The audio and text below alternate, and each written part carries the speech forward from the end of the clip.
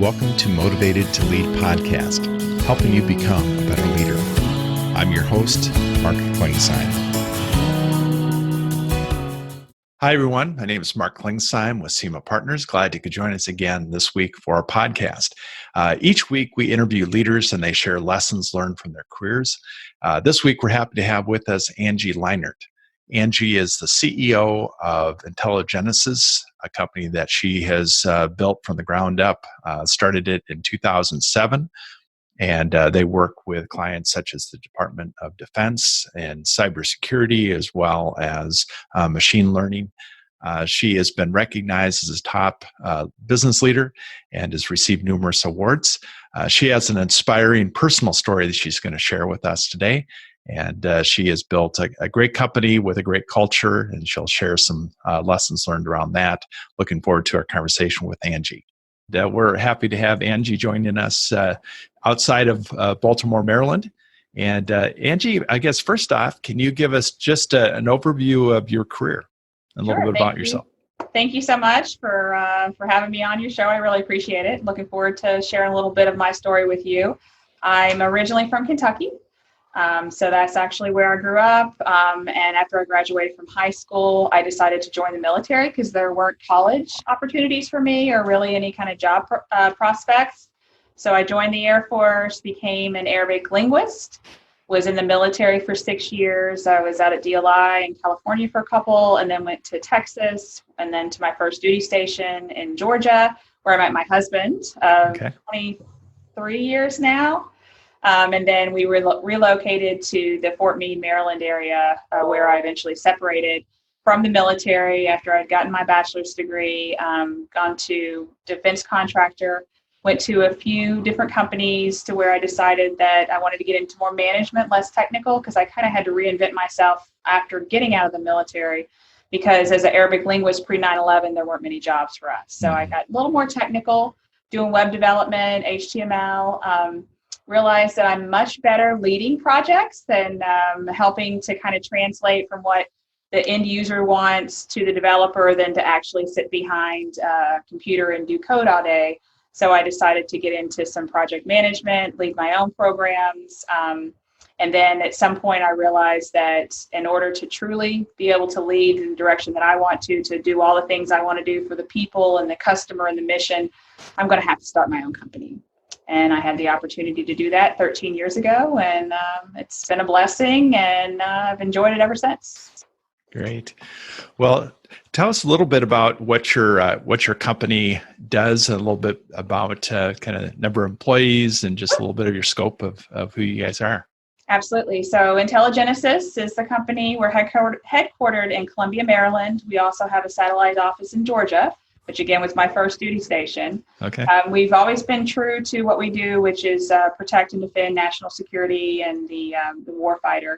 We do software development, but on the artificial intelligence side of the house. So everything that we do is to be able to automate a lot of the processes. So we do artificial intelligence for machine learning, natural language processing. We often say that we've done analytics well before analytics were cool.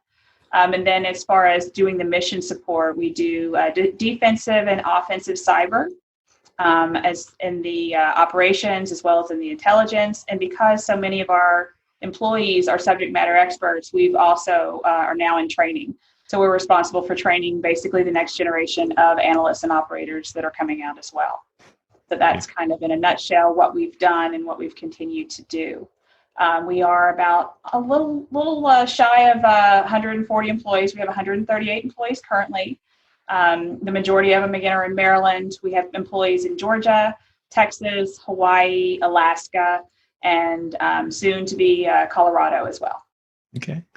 Great. Yeah. You hear a lot more about AI. I was just interviewing somebody who was in the Bay Area and has done a lot of work in the artificial intelligence world. And he said back when he first started, you couldn't use the words artificial intelligence. Nobody knew what it was, and you couldn't raise money using that. So they've changed, but now it's definitely a very hot area and focus of a lot of organizations.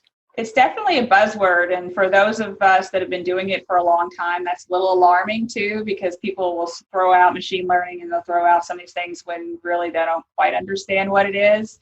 That's why, again, I say that we've been doing it for prior to this company. At the last project that I worked for, the last company, we were doing it there as well. So it's always been one of our core competencies and capabilities. So even though it's exciting to see the field kind of expand and other people get into it, it's also scary because they don't quite know what it means and they don't understand it. So it's been challenging, and for us to then have to come and clean up behind some of the other companies and that don't quite understand how to do it and what it's trying to say, what it's trying to do. So good and bad. Yeah.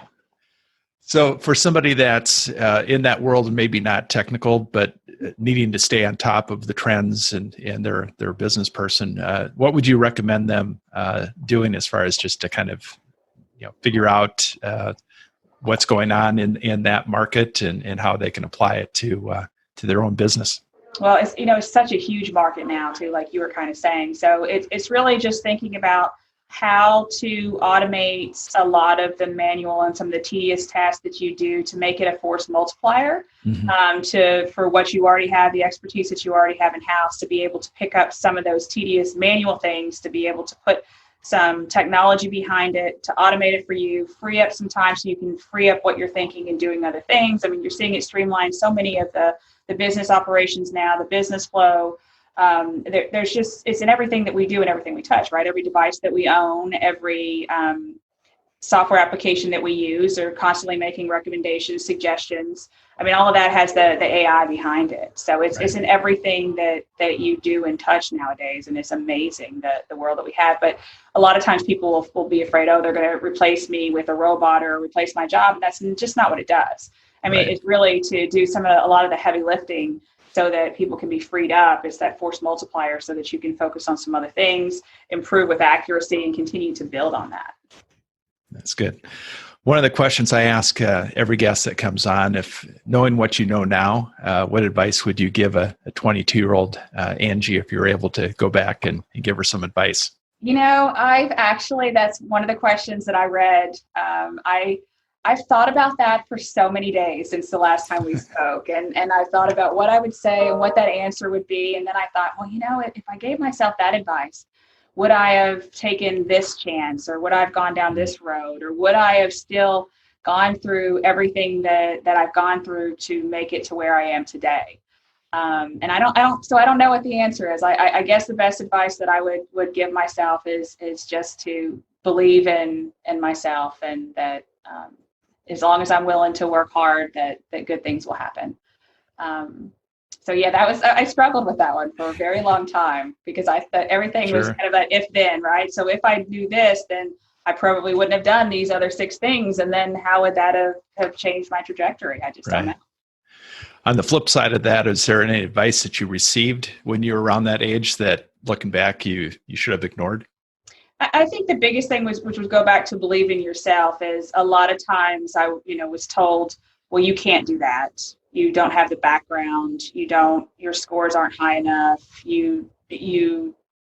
That's just, I guess there were more things I was told that I couldn't do, that may have possibly, at least temporarily, prevented me from pursuing something that maybe I should have. So I would say that basically not to listen to those people, that you decide for yourself what your future is going to be, and what you can and can't do. And even if it's overwhelming odds or against you, try it, because you may not exactly get to where you're going to go, but it may take you somewhere else that you never thought you'd be. And if you just listen to other people and you don't take those chances, that's unfortunate.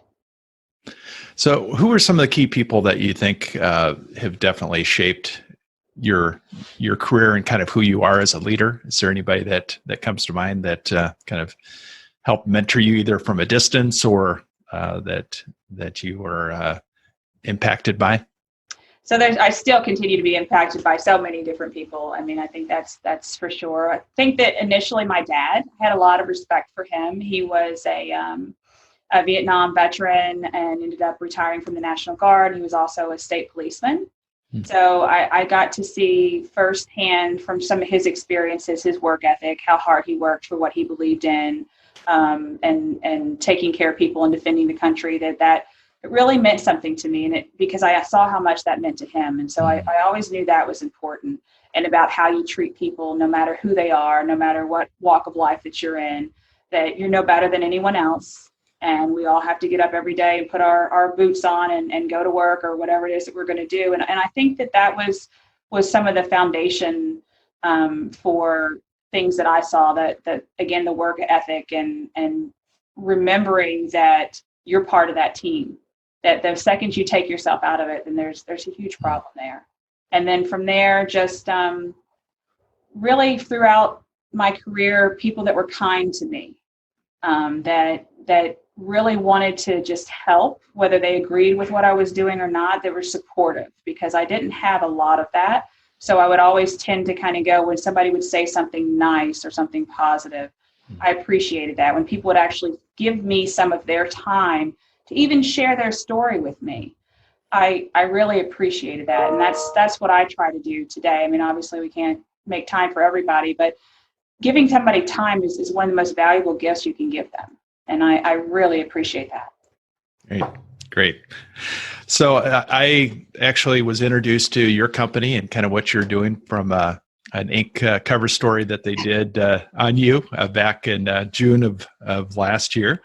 And the whole subject was around kind of making the best places to work and making it something that people want to go to work each day. And I know that article was, you shared some thoughts around that, around culture and building a healthy culture. Can you share just some of your thoughts around that and kind of some things that you've done and kind of your values that you have around that? Absolutely. And I think that really is why we started the company, because we wanted to be able to take care of the people. We wanted to be able to take care of the mission and the customer. And with my background, with every promotion that I would take, it seemed to be further away from my team, further away from the customer, and more about the bottom line. And I never thought that should be the primary focus. I feel like if you take care of your team and you take care of the customer, really good things are going to happen. So with that, we started the company with the thought that none of us are independently wealthy, and we all have to get up and go to work. So if we have to get up and go to work, we want to be able to enjoy it. We want to be able to enjoy the type of work that we're doing. We want to feel that we're being paid well, that we have benefits, that people are looking out for us. And that's the premise behind everything that we did with the company, to include how we put our benefits structure together. Both my experience and my husband's experience working with other defense contractors, where they wouldn't pay for training or they didn't give you time off. And it's just, to me, that seems so basic. Why wouldn't you want to train your employees? Why wouldn't you want to help them to grow their careers and build out their skill sets? I mean, it's a benefit for you, it's a benefit for them. Why wouldn't you want to pay them well? Why wouldn't you want to treat them good? So that's at the core of everything we do with the values that we have. And we put our employees first. I mean, even with what we're experiencing right now with the social distancing, we've never really been a virtual company, but we've had to learn how to do that very quickly. So for this, we've always done well with communicating. We are a small company. We are multiple locations. We had to think about it even differently. And how would it be now that you don't have the day-to-day contact? So what do we have to do? What can we do to continue to engage and take care of our employees? So we're creating more training. We're taking time to teach them how to properly invest in their 401k, how to select your health insurance. We're having yoga classes. Tonight we have our first trivia nights. Next week we're going to do virtual karaoke. I can't wait to see what that one's going to look like. Right. But just trying to be creative. We're doing different weekly challenges to get people outside and putting their steps in.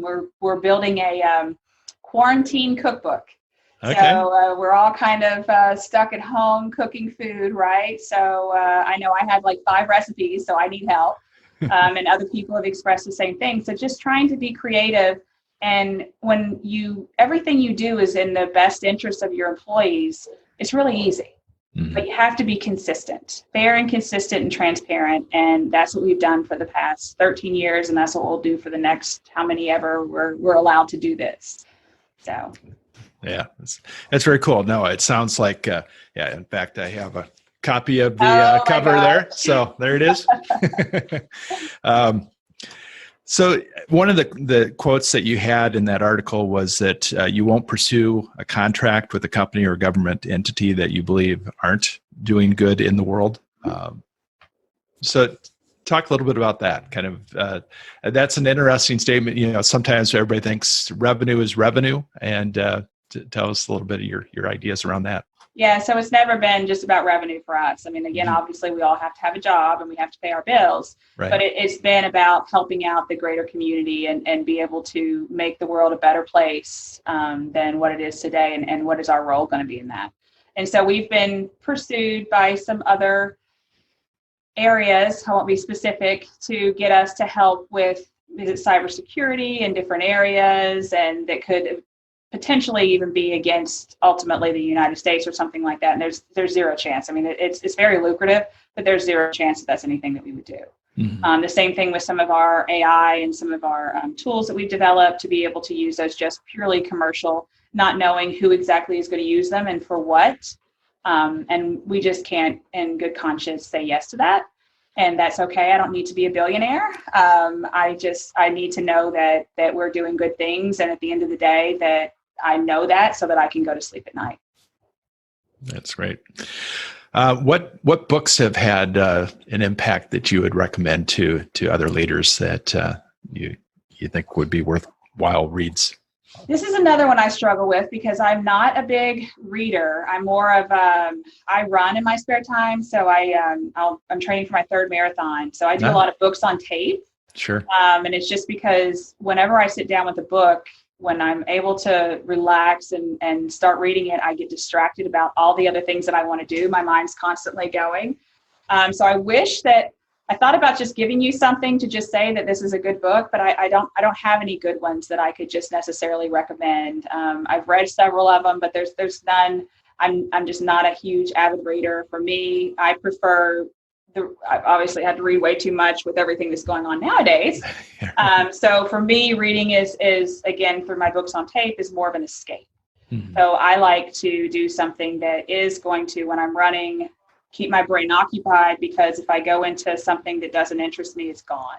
So I do like a lot of mysteries and things like that. So I'm not at all helpful to tell people which books to read. So sure. I apologize for that. I don't have any good advice. So what do you do during this time just to keep focused? You know, I think that's one of the challenges that people have. There's so much going on, and with the constant news feeds and stuff, you know, each day it feels like every week is about a month long. It really does. But how do you keep your focus as a leader?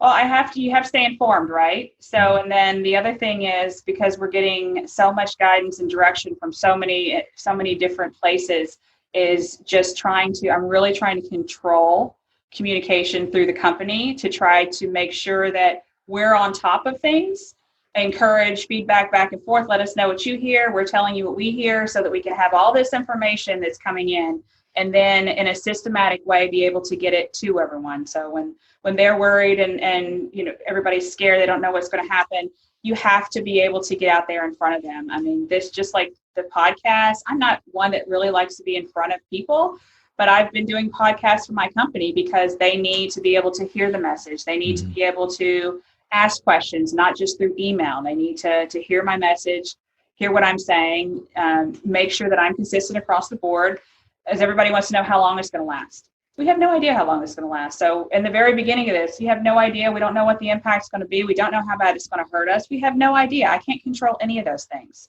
So we already said what we're going to do is take it in 30-day increments. We're going to say that for the next 30 days, these are the things that we're going to do. And then we're going to reassess during that 30 days, and we're going to have our next 30-day plan out. And we're going to continue to roll out like that and control our communication, streamline it, and continue to be transparent and efficient, and increase things as we need to. And that's worked out really well. From the feedback that I've received, people are very happy. And unfortunately, they're hearing that it's not happening consistently among companies, because a lot of them are running around, but everybody's afraid. So you have to be calm. You have to stop, pause, and make sure that you can reassure your employees. And I don't have all the answers. I have no idea. However, I know that I'm going to be able to tell you in this way. And as there's something that's important, we'll make sure that the information gets out. And that's worked very, very well for us. That's, I think the whole uncertainty factor is probably the thing that stresses most people out. And I think that whole 30-day mindset, this is what we can do within this period of time. And then that's a great thought. Thank you. Outside of work, you mentioned you like to run. Talk a little bit about that and anything else that you do to recharge. Sure. So I don't actually like to run. You do it. I need goals. And so marathons are goals for me. So I did my first one. I think I did it in 2016. I actually came across a really great charity that supported pediatric brain cancer, and they needed runners for marathon. And I was like, okay, I'll do that. So I ran for them, and I swore I would never do it again. And then my father passed away in 2018, and I decided that I was going to run the Marine Corps Marathon for him, even though he was Army. And I got my sister, some of my siblings, and so we made it a whole family thing. That way we could keep his memory alive and do something challenging. Sure. Because my dad was very tough, and so I think that he would have appreciated all of the effort that we put out for him with that. And so this one is just because I feel like you should at least do 3, right? So now I'm going to do the Air Force Marathon because I was in the Air Force. I've done the Marine Corps twice, so I feel like I should give the Air Force one a shot. But I really like it because it clears my head. And those times, I can't sit down and read a book, but when I'm running, I can enjoy the book and I can really kind of get into it. And for me, it's just very relaxing and soothing. And then you have it's just so good for you, for your health too.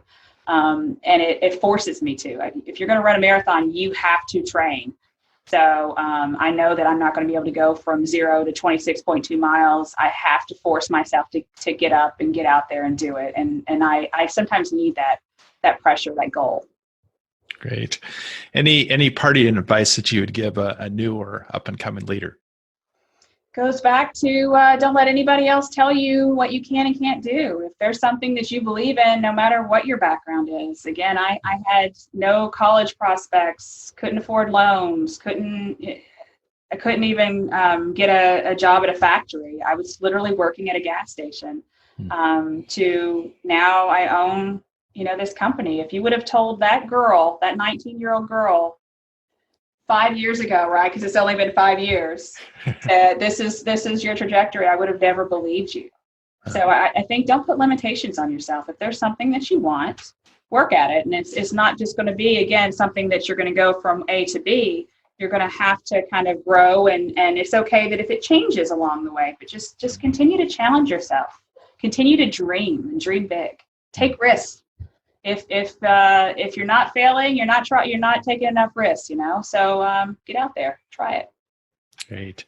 Well, thanks so much, Angie. This has been a lot of fun. Definitely enjoyed our conversation, and I know that this is going to be helpful for the people that are listening. So appreciate it. I wish you success in your business and as you navigate these times.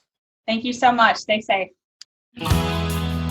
Thank you for listening to the Motivated to Lead podcast. Please subscribe on iTunes. You can also see a video version of this interview at motivatedtolead.com. This podcast is brought to you by SEMA Partners, helping you find your next great leader.